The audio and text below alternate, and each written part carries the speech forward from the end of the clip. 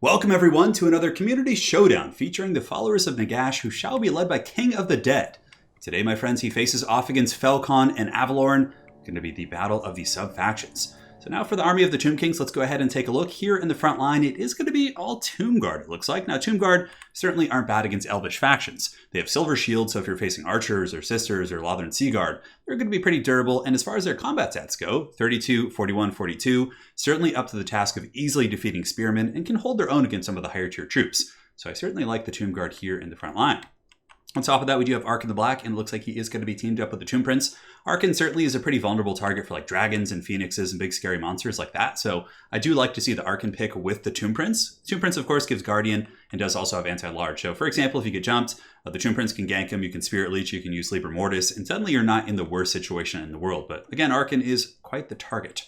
In the back here, we do have Sneaky Snakes, we have Sepulchral Stalkers, and a Boner Giant.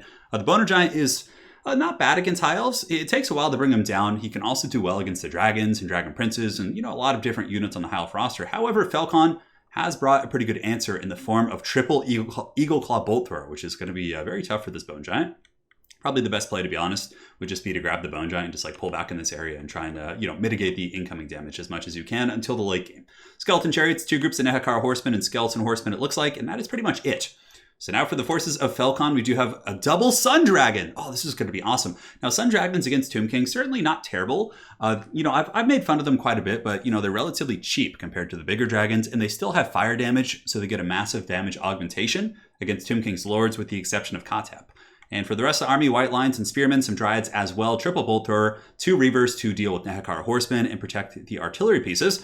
And Foot Alariel, which is very interesting for sure. I mean, she's not going to be on her bird, not quite as mobile, but she can still cast the Star of Avelorn just fine from foot.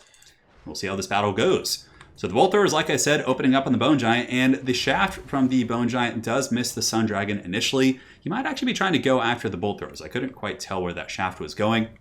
That's what she said, but nonetheless, it did do some work. And here it comes. The shaft coming in once again. It does hit the Sun Dragon in the face, down to 4,000 HP from 4,500. Certainly not a bad initial trade. A couple of volleys like that can really punish the Sun Dragon.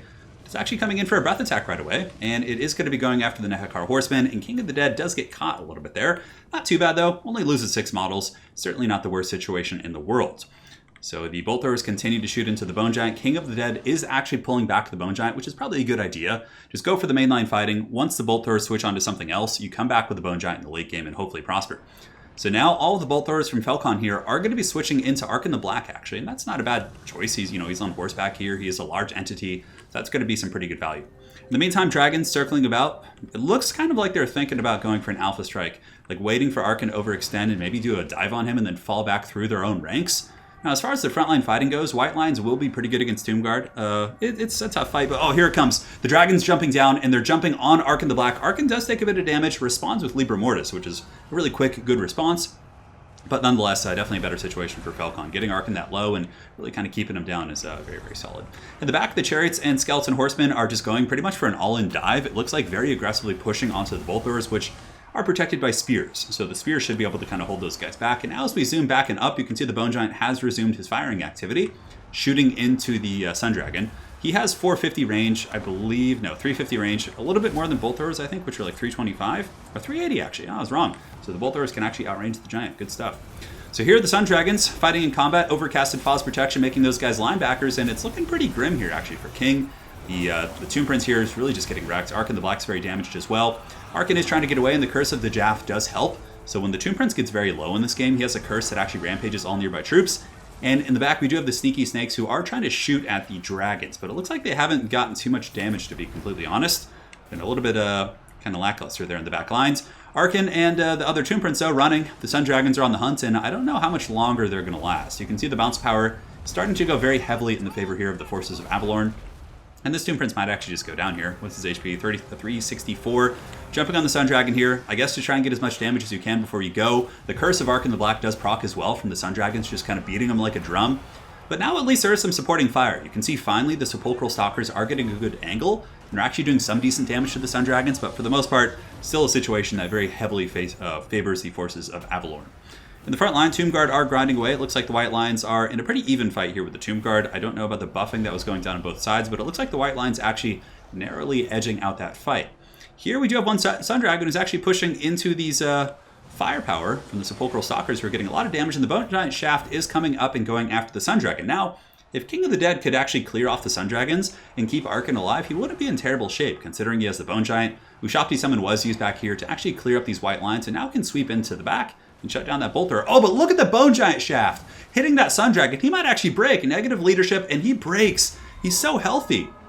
I mean, you know, proportionally speaking, I guess he's not, but at this point in the game, he's pretty healthy. But Spirit Leech and the Bone Giant Shaft going in, 1500 HP. Another Shaft as well. That one does miss, but I'm really surprised that Sun Dragon broke that easily. And the other one broke as well. It looks like the Sepulchral Stalkers were able to break it. So this could perhaps be the time that King of the Dead comes back in the game. You can see the Sun Dragon is running 2,000 HP on this bad boy.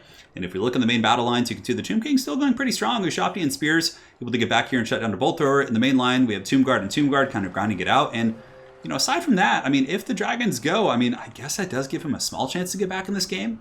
Here you can see Arkan the Black, negative 14, being attacked here by the Reavers. Reavers, of course, not bad in combat, but Arkan is able to cackle and get away. So he should be able to pull up and around as the Sun Dragon comes in for the kill. And the Bone Giant, is it going to hit? In it? Man, a direct hit right there on that Sun Dragon, putting him down to 524, negative 24 leadership. That Sun Dragon might actually just break off here once again. Now, Alariel does overcast an Earthblood, which of course will heal that dragon relatively well. But man, getting broken over and over by the Bone Giant, absolute insanity. And the Sepulchral Stalkers here in very good position are able to shoot up at the Sun Dragon, who is taking quite a bit of damage. 1400 HP left on him, as the AP fire from the Sepulchral Stalkers comes in and pounds that target. Oh, but Arkan the Black gets no-scoped by that Bolt Thrower, which is a little bit kind of mucked up in combat here, but it looks like they were able to rip a heroic shot as they go quietly into the good night, and Arkan the Black will be cackling no more. Now in the distance here, we do have a Sun Dragon, 800 HP. I'm sure the Bone Giant is fixing its sights. Sepulchral Stalkers are still here in the back, and this game isn't over yet. If the Bone Giant is able to finish off the Dragons, I still think the Tomb Kings might have a fighting chance, considering they have these Sepulchral Stalkers and a fair amount of infantry left, actually. A lot of very sticky, durable infantry. The Bone Giant missing. It looks like it was shooting at the Star Dragon, but oh no, this is going to be the knife in the back here. You can see the Sun Dragons both getting healed by the Star of Avelorn. That is like so disgusting. That is so much healing and so much value. Oh, but here comes the Shaft. It might get a 2-for-1. And it does. I think it actually hit both those guys. That was actually pretty good. But nonetheless, the healing still does outweigh that one Shaft right there. The breath attacks coming in from the Sun Dragon are able to finish off the Skeleton Warriors. And the Sepulchral Stalkers are not going to be great against Spears. And it also looks like Felcon is going to be able to stabilize his Bolt Throwers. But I have to say, though the game is looking quite lost here for the Tomb Kings, the Sun Dragons were able to heal. I actually thought King had a decent chance of maybe pulling it back there at the end with the Sun Dragons kind of constantly breaking and the Bone Giant doing its thing. I think had King been a little bit more careful with Arkan the Black plus his Tomb Prince and not kind of gotten caught in that ugly engagement at the very beginning, use them a little bit more conservatively behind, let's say, the Sepulchral Stalkers as he pressured from other angles, it could have been a better fight for him for sure. But nonetheless, that is going to be a victory for Avelorn and the forces of the High Elves. Alariel's people celebrate as the Bone Giant in the back crumbles down and withers to dust. Well played indeed, a valiant defeat for sure. And yeah, as far as like the builds go, if I were just to look at King's build, the followers of Nagash here, yeah, I mean, I do like the Bone Giant pick. Obviously, these two guys, I'm not sure if they were playing their traditional builds in these matchups or if they were messing about a little bit, but I actually like Felcon's build quite a bit. The triple Bolt Throwers can counter the Ushapti Great Bows as well as the Bone Giants. The Sun Dragons are really good at gooning out a lot of different Tomb King's threats.